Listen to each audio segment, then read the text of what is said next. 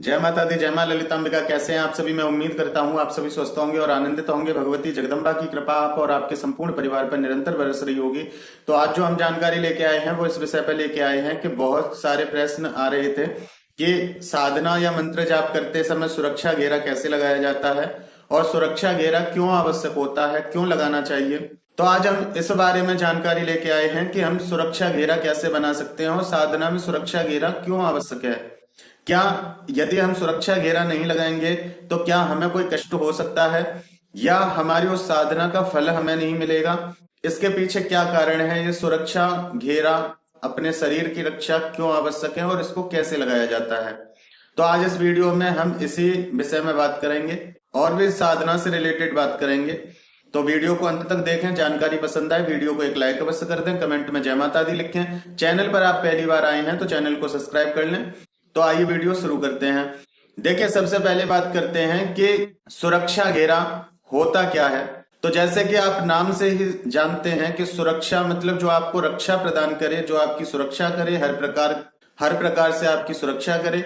जैसे आप किसी घेरे के अंदर हैं और उस घेरे में बिना आपकी इच्छा के कोई भी प्रवेश नहीं कर सकता है, वहां आप सुरक्षित हैं, वहां आपकी रक्षा हो रही है, उसी को सुरक्षा घेरा कहते हैं। जहां आपकी बिना इजाजत के कोई प्रवेश नहीं कर सकता, यह सुरक्षा घेरा कहलाता है।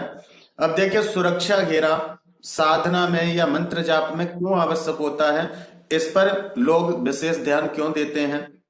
तो देखिए, इसलिए आवश्यक होता है कि जैसे आप मंत्र जाप कर रहे हैं या कोई साधना कर रहे हैं या अपने ही मन से कोई अनुष्ठान कर रहे हैं, तो उसमें सुरक्षा घेरा की आवश्यकता होती है। क्योंकि यदि आप सुरक्षा घेरा नहीं लगाते हैं तो उससे क्या होता है, जैसे आप किसी शक्ति की आराधना करने बैठे हैं, कोई महाशक्ति है, कोई बड़ी शक्ति है, तो देखिए हर कोई चाहता है जब आप मंत्र जाप करोगे, आप साधना करोगे, तो वो शक्ति वहां आती है, वो शक्ति आपके ऊपर कृपा करने आती है, वो शक्ति आपकी साधना मंत्र जाप का आपको फल देने आती है। तो जो भी हमारे आसपास नकारात्मक शक्ति होती है, पहले तो वो ये सोचती है कि उस शक्ति के आने से पहले हम ही इसके साथ सिद्ध हो जाएं, मतलब हम इसको सिद्ध हो जाएं, और ये जिस शक्ति को बुला रहा है उसको इसने देखा तो है नहीं, हम कोई भी रूप स्वरूप लेके इसको दिख जाएंगे, एक दो इसके काम बना देंगे, फिर ये हमारे लिए भोग प्रसाद हमें देता रहेगा, हमें पूजता रहेगा। इसलिए नकारात्मक और सकारात्मक दोनों ही शक्तियां जागृत होती हैं जब हम कोई साधना करते हैं या कोई मंत्र जाप करते हैं। एक कारण तो ये होता है सुरक्षा घेरा लगाने का। दूसरा कारण क्या होता है कि वो जिस शक्ति की हम साधना आराधना कर रहे हैं, वो शक्ति हमारे सम्मुख जब आती है तो हम तो नहीं उनको देख पाते हैं, लेकिन देख वो नकारात्मक शक्ति भी नहीं पाती है। लेकिन जब वो शक्ति आपके घर में प्रवेश करती है, वो महाशक्ति आपके घर में प्रवेश करती है, तो उस शक्ति के प्रवेश करने से जैसे आपके दुखों का नाश हो जाता है, तो आपके दुखों में कहीं ना कहीं वो शक्तियां भी सम्मिलित होती हैं जो नकारात्मक शक्तियां आपके घर में हैं, तो उनकी भी कहीं ना कहीं मुक्ति हो जाती है और वो भी अपने पाप बंधनों से छूट जाते हैं, उनकी भी मुक्ति हो जाती है बिना आपके चाहे। तो इसलिए भी सुरक्षा घेरा की आवश्यकता होती है, क्योंकि जब आप सुरक्षा घेरा लगा लेते हैं तो वो शक्ति उसी घेरे में आती है और आसपास उस घेरे के बाहर जो शक्तियां हैं वो उसका लाभ प्राप्त नहीं कर पाते हैं, वो उस शक्ति को ग्रहण नहीं कर पाते हैं। तो एक ये भी कारण होता है। यदि आप किसी की मुक्ति के लिए कोई कार्य कर रहे हैं तो ये है कि आपके आसपास जो भी आपको दुख दे रहा है उसकी मुक्ति होगी। लेकिन आप अपनी किसी मनोकामना के लिए कर रहे हैं, लेकिन आपके घर में किसी प्रकार की नकारात्मकता है, तो उससे बचाव के लिए, क्योंकि वो विघ्न डालती है, वो आपको भक्ति पूजा नहीं करने देती, वो आपको साधना नहीं करने देती है, वो भी विघ्न डाल सकती है। तो इसलिए वो हमारी भक्ति में, हमारी पूजा में, हमारी साधना में किसी भी प्रकार का विघ्न न डाल पाए, इसलिए भी सुरक्षा घेरा लगाया जाता है। दूसरी बात, हमारे किसी भी प्रकार के घर में जीव जंतु हैं, मान लो किसी के घर में चींटियां बहुत हैं, किसी के घर में कीड़े मकोड़े बहुत हैं, और ऐसे समय पे ये चीज भी हमें साधना रोकने पे मजबूर कर देती हैं। एक तरह से उसमें बलि चली गई, चाहे आपने वो सोचा हो ना सोचा हो। तो इस प्रकार के इन जीवों की हत्या ना हो, जब हम सुरक्षा कवच लगा के बैठते हैं तो ये भी उसमें प्रवेश नहीं करते हैं घेरे में, क्योंकि वो शक्ति इनको प्रवेश नहीं करने देती है। तो हमारे आसपास मतलब एक तरह ये कह लीजिए कि जो भी आपकी साधना में कोई विघ्न डालने वाला है, चाहे वो जीव है, चाहे जंतु है, चाहे मनुष्य है। जैसे बहुत से लोगों के घर में ये भी देखा है कि कोई साधना करता है, उसी टाइम पे जरूर कोई टोकता है कि तुम क्या कर रहे हो।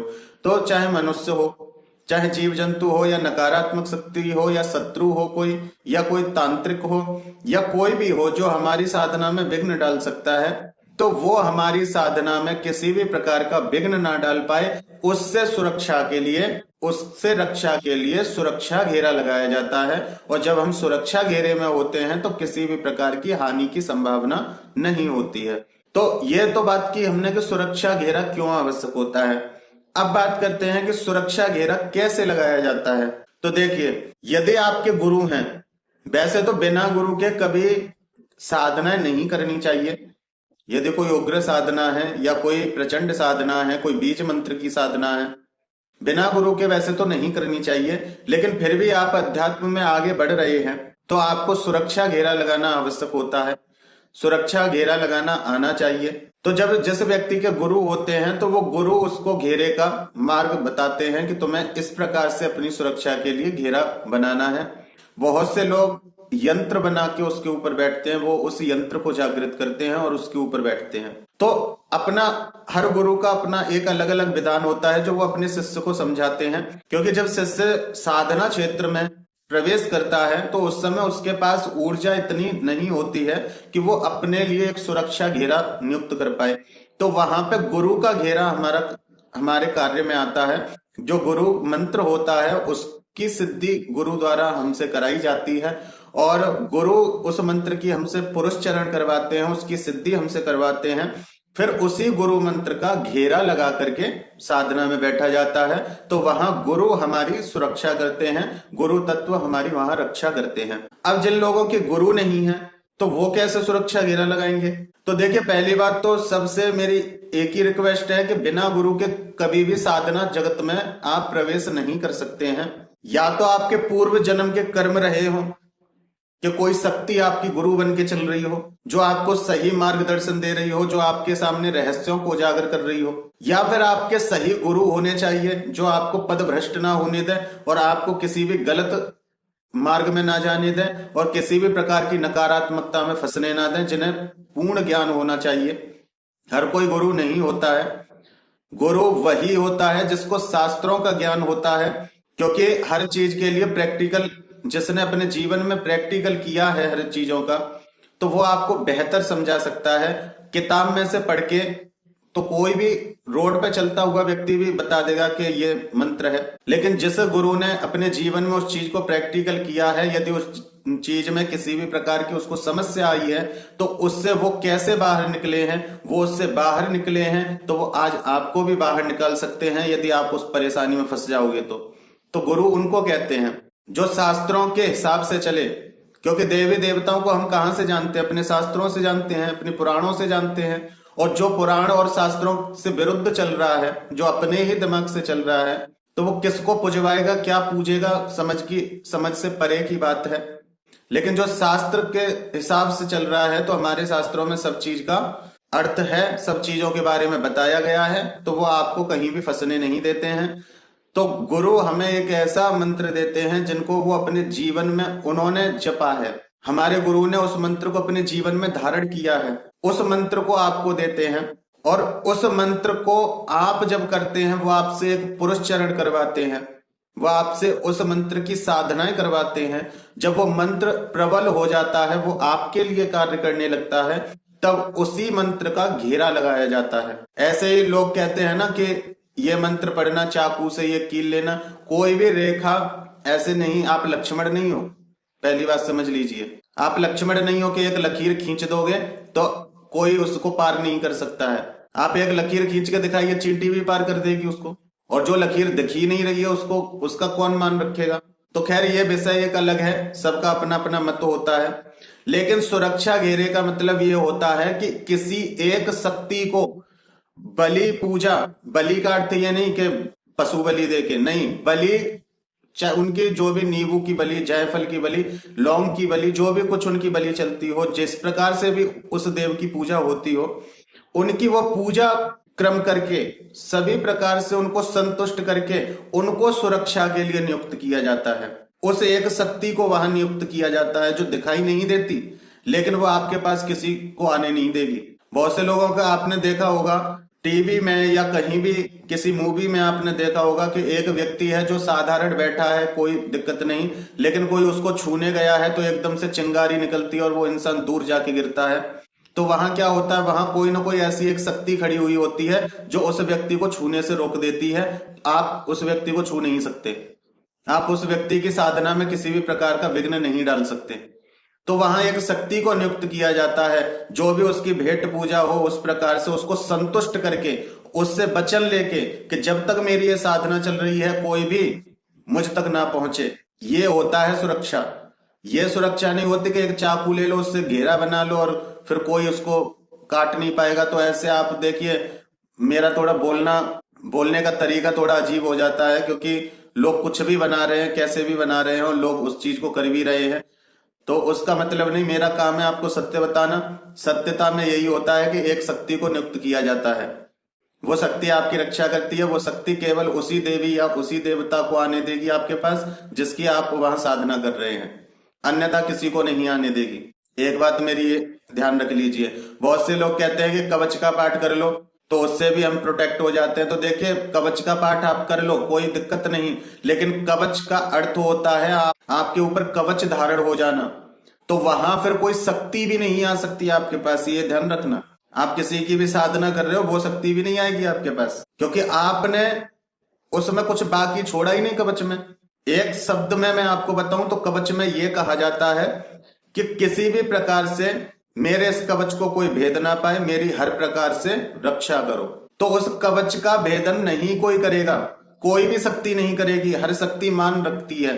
अब आप कहोगे कि हम मंत्र जाप करके उनका आवाहन कर रहे हैं तो वो शक्ति तो आएगी, तो वो शक्ति भी नहीं आएगी जब तक आप यदि कवच का पाठ करते हैं। और कवच पाठ से यदि आप अपनी सुरक्षा मांग रहे हैं और कवच पाठ करते समय आपने ये नहीं बोला कि जिस शक्ति का मैं आवाहन कर रहा हूं उन शक्ति को आने की आज्ञा है, और ये बोलने के बाद जब आप कवच का पाठ करते हो तो जिस शक्ति का आप आवाहन करेंगे वो आ सकती है। लेकिन आपने बिना कुछ बोले और कवच का पाठ कर लिया तो वो शक्ति भी नहीं आएगी आपके पास, ये बात ध्यान रखिए।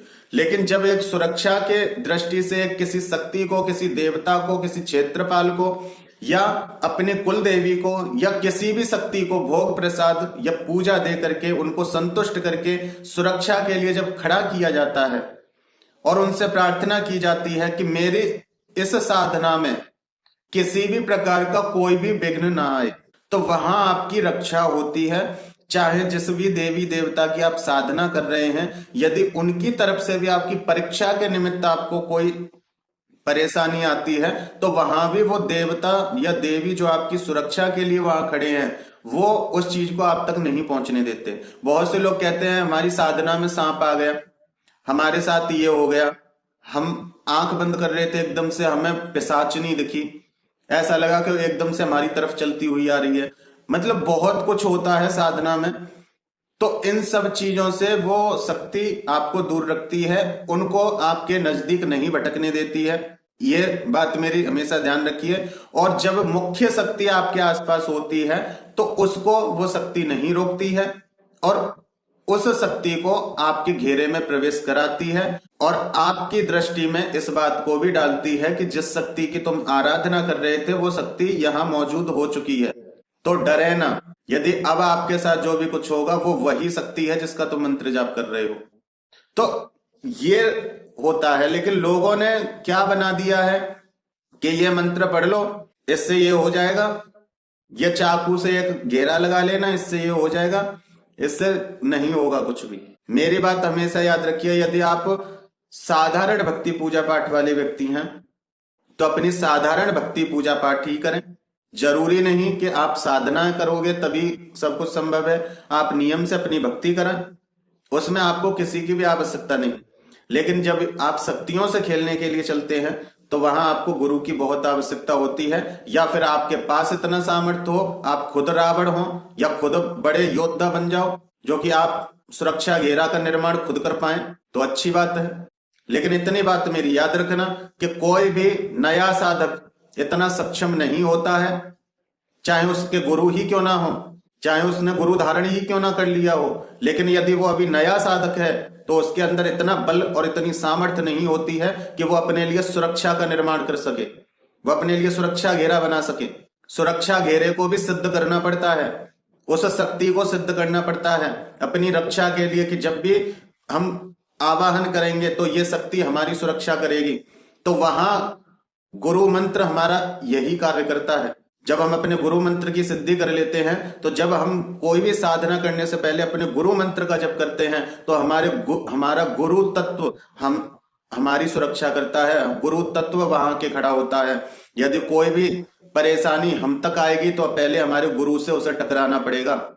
जब तक गुरु का भेदन नहीं कर पाएगा तब तक वो कोई भी शक्ति हम तक नहीं पहुंच सकती, चाहे वो नकारात्मक हो चाहे सकारात्मक। तो वहां गुरु मंत्र का औरा हमारी रक्षा करता है। कोई कहे कि हम मंत्र जाप करते हैं, हम ये करते हैं, उससे हमारा भी तो औरा बना होगा, क्या वो हमें प्रोटेक्ट नहीं करेगा? तो देखिए, हर प्रकार की शक्ति से नहीं कर सकता। नेगेटिविटी से 1% मान सकते हैं कि आपकी सुरक्षा होती है, वो भी मैं 1% ही मान सकता हूं, क्योंकि आज के व्यक्ति इस प्रकार के नहीं है। 1 घंटा जाप कर रहे हैं तो 23 घंटे पाप भी बराबर कर रहे हैं, ये बात मेरी याद रख लीजिए।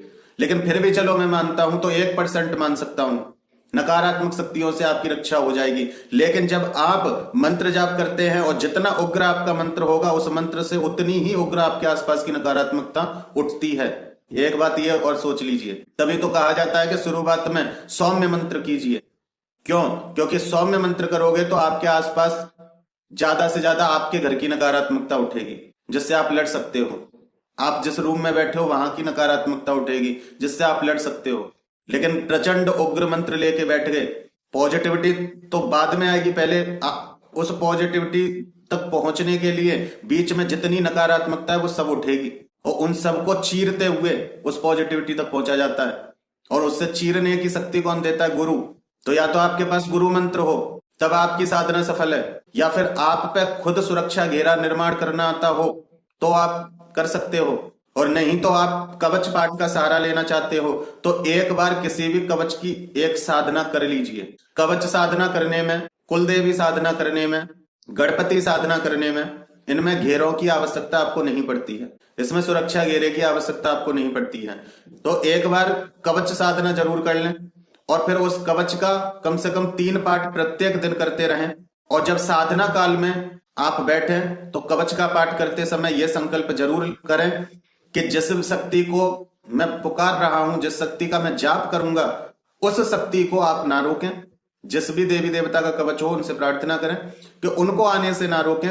बाकी की अन्य कोई भी शक्ति हो, चाहे नकारात्मक हो चाहे सकारात्मक हो, जो भी मेरी इस साधना में विघ्न उत्पन्न करने के लिए आ रही है, चाहे इस लोक की हो, चाहे पारलोक की हो, चाहे अन्य लोक की हो, कोई भी शक्ति मेरी इस साधना में विघ्न उत्पन्न ना करे। तो कवच का प्रयोग इस प्रकार से कर सकते हैं। अब जो लोग कहते हैं उनका मैं कुछ नहीं कह सकता भाई, क्योंकि देखिए, जैसे लोग बताते हैं कि एक कटारी को सिद्ध कर लो, गलती उनकी भी नहीं है, वो बताते आपको सही है, लेकिन वो इस भेद को नहीं खोलते कि ये कटारी हमने सिद्ध कैसे की। इस चीज को नहीं खोलता कोई भी। उस कटारी को सिद्ध उसने अपने गुरु मंत्र से किया है। यदि कोई जल का घेरा लगा रहा है तो उस जल को भी वो अपने गुरु मंत्र से अभिमंत्रित कर रहा है, लेकिन आपको कुछ भी बता देगा कि ये वाला मंत्र पढ़ लेना। क्यों? क्योंकि उसे अपना कंटेंट बनाना है। लेकिन बात यहां आपकी जिंदगी की है। एक बात मेरी हमेशा समझ लीजिए, और यदि इन चीजों को नहीं समझते हैं तो व्यक्ति साधना करने के बाद यदि किसी उग्र साधना, उसने कोई उग्र साधना की है, तो वो शक्ति तो आएगी जब आएगी, उससे पहले आप इतनी नकारात्मकता से लद सकते हो कि जिंदगी भर आप इलाज कराते कराते परेशान हो जाओगे, लेकिन आपको रास्ता नहीं मिलेगा। तो हर चीज का कोई जो नियम बनाया है वो कुछ ना कुछ सोच और समझ के बनाया गया है। आसन की भी रक्षा होती है, इसीलिए तो गुरु के द्वारा आसन प्रदान किया जाता है शिष्य को। माला भी गुरु ही सिद्ध करके देते हैं, आसन को भी गुरु पढ़ के देते हैं। उस आसन पे जब तक आप बैठे हो बिना गुरु की इच्छा के कोई आ नहीं सकता, क्योंकि वहां गुरु की शक्ति चलती है। और यदि आप किसी भी मंत्र साधना से पहले अपने गुरु का जप करते हो, अपने गुरु मंत्र का जप करते हो, या जो भी आपके गुरु की विधि हो वो आप करते हो, तो आपके सुरक्षा स्वयं आपके गुरु करते हैं, गुरु तत्व करता है। जब मां वैष्णो ने तप किया तो उन्होंने सुरक्षा घेरा बनाया था या नहीं? और सुरक्षा घेरा में कौन सी शक्ति को नियुक्त किया था? हनुमान जी। उन्होंने अपनी सुरक्षा घेरा के लिए हनुमान जी को नियुक्त किया था। तो इसी प्रकार से जब साधना की जाती है तो इस प्रकार से एक शक्ति को नियुक्त किया जाता है, एक शक्ति को रक्षा के लिए खड़ा किया जाता है, ना कि रेखा खींचने से आपकी सुरक्षा होती है। कवच पढ़ने से सुरक्षा होती है, मैं 100% मानता हूं, और वास्तविक में होती है। लेकिन वहां आपको ये छोटी सी प्रार्थना करनी होती है कि जिस शक्ति को मैं पुकार रहा हूं उस शक्ति को आप ना रोकें, अन्य कोई भी शक्ति मेरे पास तक ना आए। वहां आपको एक ये छोटी सी प्रार्थना पहले संकल्प में बोलना होता है ये।